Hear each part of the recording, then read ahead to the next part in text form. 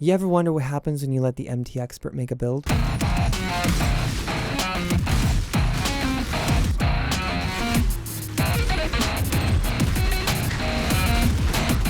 So yeah, this is the result of me stubbornly refusing to give up on looking good for being a good build. If you're wondering how it works, well, we start with an ID 6 Shaper Death Bow and we just slap it with Etheric Fossils till we hit Cast on Crit and Spell Multi. You add all off the other mods and you multi-mod it. Crit chance, minion damage, it really doesn't matter here. After you're done doing that, slam it, hope you don't get bleed chance. We got bleed chance. What are you going to do about it? This weapon is basically half of the build. Still, we need a way to summon skeletons that isn't clunky AF and so that we don't delete our own health pool while self-casting Dark Pact, so we turn to Anathema's Chant. Now Anathema's Chant will trigger a socket spell when we attack with a bow, but unlike the Poet's Pen trigger, the chant will trigger at the start of our attack animation rather than on the completion of it, allowing our support spells to be out faster and smoother than a Poet's Pen. This is important for the feel of the build, as it is also what locks us into using bow skills, unfortunately.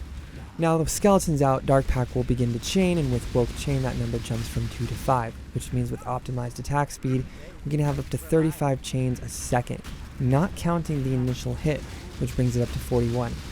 Since our skeletons can soak quite a bit of damage, we don't really need to summon them 3 times a second to keep up with Dark Pact. This lets us put more spells in Anathema's. We go for an Offering, and we go for a Desecrate so that we can cast Offering versus single targets. The offering of choice is Spirit because of the increased energy shield and because we can refresh it in combat, which is nice. This plus a life gain on hit Vitality Watcher's Eye means we're practically unkillable, except we're still killable, but we do heal. We heal for a lot. Honestly, for a build made out of paper and dreams, we heal for an absurd amount. So yeah, that's the basic idea. To scale our damage, we start with the Elegant Hubris Timeless Jewel. Now, Elegant Hubris has a node called Axiom Ward and it grants 80% increased maximum minion life. Seed number 152,300 has 4 of these in relatively efficient pass by Spiritual Aid. That's 320% minion life on this irreplaceable jewel. We made 2 of them. Just in case, something happened to the first one, I guess. I don't know. This brings our base skeleton life from 9,000 to 22,000, which brings our Dark Pact damage from 126k to 237k. 40 times a second. Yeah, that's harder than Dad hit when alcoholism was still on the tree. Shame they nerfed that. Now, a fun side effect of all this minion scaling is that we can run an Animate Guardian for situational buffs, but mainly for fun.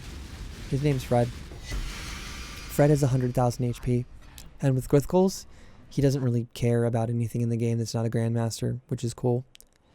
Now, as for the rest of our passive tree, we just spend it on life and crit. We don't really invest too much into minions, other than the most efficient pathing we have available to us, because I feel like life and crit is better, but also traveling for life and crit doesn't really feel all that efficient either.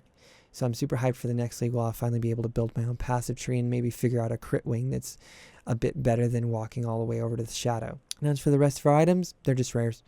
Some specific ones require Woke Orb crafts or temple mods. There's still some huge amount of improvement we can get out of those items.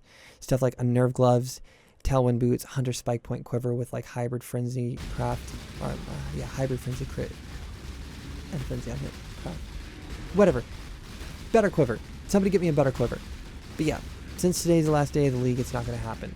So we'll do it next league. As for the content this build excels on, it's basically everything. We use Rain of Arrows for the entire party, and then Blast Rain for that one dude who just won't go home at the end of it. And we've mowed down every boss in the game that's not in the mines, like a half dozen times for clips. So it works. In reality, the build's weaknesses revolve around the volatile health pool and sometimes the annoying damage ramp up that happens when Dark Pact is starting to chain. It means sometimes you just die. And it's not helped by the fact that our guard's skill is Bone Armor, which we have to manually cast instead of having a cast when damage taken setup.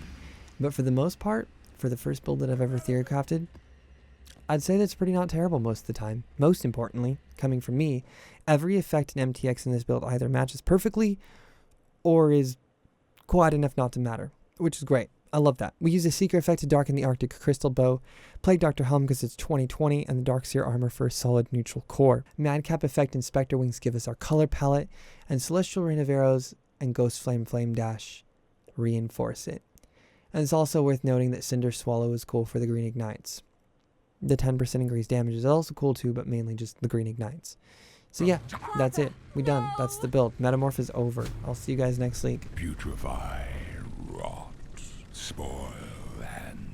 fester. Exile, do something!